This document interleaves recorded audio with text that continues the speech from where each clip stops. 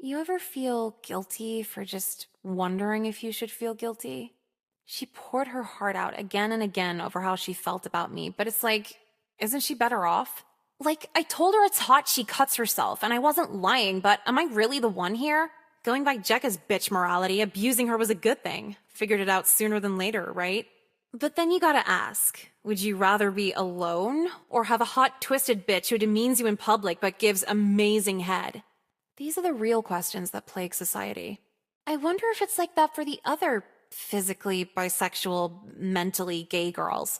Talking with straight guys must be so fucking weird for them. They're both worried about what girls are thinking. Both go into depressive fits when a girl won't text them back. They experience the same dating dynamics, and yet they will never bond over it. Because the guy will say, well, if you're sad and lonely, I'm here. And she'll go, I'm actually more gay than bi. And then he's like, all right, bitch, fuck you then. Guess you don't know how it feels. I'm not saying I've seen it, but it's totally possible. Did I have a moral with this? Fuck. Remember how being nice lands you in hostage friendships? Well, the fear of being blamed for inciting a hate crime lands you in hostage relationships. So, after her house burned down, it went from everyone in school hating me to everyone in school threatening to kill me, and I only had one option out. I've had to date Ari for the last 2 months so far, so they wouldn't think it was my fault. And I gotta keep this up for another 6 and hope she doesn't figure the charade out before graduation. She's really, really, really, really fucking annoying, too. Do you wanna watch Heroes? No, I don't wanna watch fucking Heroes. Heroes sucks. Jekka's the only person who's in on it, and every day, see, there's homophobia here, but them burning your house down for being gay doesn't prove anything, okay? Obama's literally the president now. If a plane crashes, does that make 99.9% of the rest of airplanes unsafe? Yeah, that's what I thought. If it's so bad, she can move to Brooklyn, or wherever annoying people live after they graduate. I always thought I had a bad memory until I spent 2 years in jail. No one has a bad memory. Some are just more distracted than others. And aside from really cool fights breaking out, there aren't a ton of distractions in jail. I haven't had a visitor in 16 months. You go by months when you're locked in here. And you're left with your thoughts as your only entertainment. See, I went in rolling my eyes, oh yeah, I'll learn. But they eventually break you down into this lame self-reflection no matter how hard you fight it. But there's no psychologists in here, no therapists in here, no nothing. So yeah, I feel like I've changed, but what if I'm getting worse? Every now and then I'm reminded what Jekka was trying to say last time she visited me. Every new inmate's story kind of paints the picture. One had to feed their kids. Another was forced in a gang. Some girl had to kill her husband. All I wanted to do was fill out an hours sheet. So, compared to everyone else, I guess it was kind of messed up in the long run. Maybe that's my lesson. 2 years ago, I never would have considered I'm wrong. I really have changed. Now to just serve my time, get back in society, maybe make some new friends, and buy a gun to murder my fucking principal with. I'd shoot her in the legs first, watch her cry for mercy before I finish her off. Change feels pretty good. We got 2 minutes into the first scene before Megan checked her phone. Honestly, I thought she wouldn't check till intermission. What an amateur.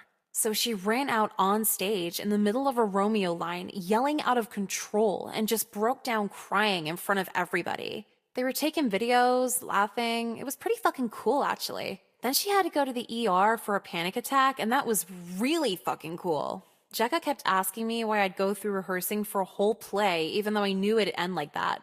Well, I had to commit to it, otherwise she was gonna see what was up. If I sent the picture as soon as I got it, she'd have time to resolve everything before the play anyway. There's no satisfaction in that.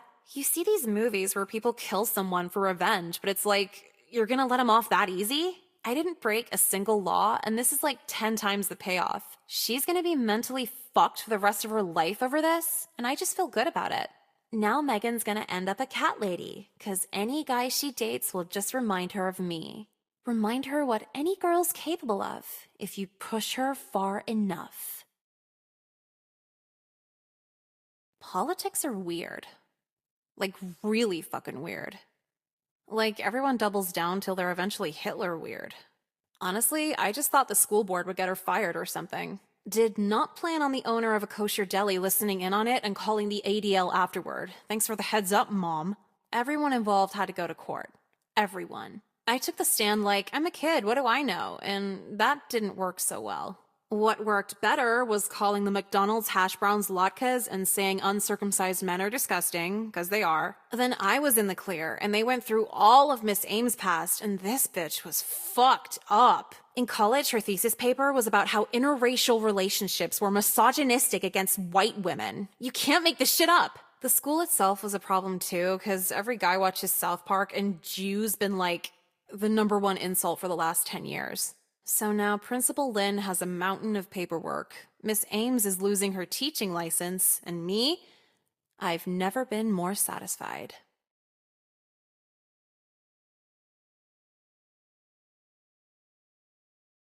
It's honestly super humbling when the trashiest girl you know, probably coked out of her mind, says the most thoughtful thing you've heard in years. I thought I was like deep and misunderstood and made the text and background all black on MySpace so it's like a blacked out profile. But no, I never planned a suicide pact. I never cut anywhere other than my wrists. She took her shirt off in front of me, cuts all over her body. Had one of those angel wing shoulder blade tattoos. In the feathers, it said, "Proud mistake." I can't compete with that.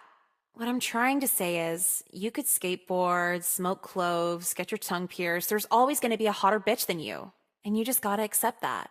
I'm jealous of a girl who just killed herself. That's how fucked up I am. You might be wondering how I'm even telling you all this, even though we both followed through with it.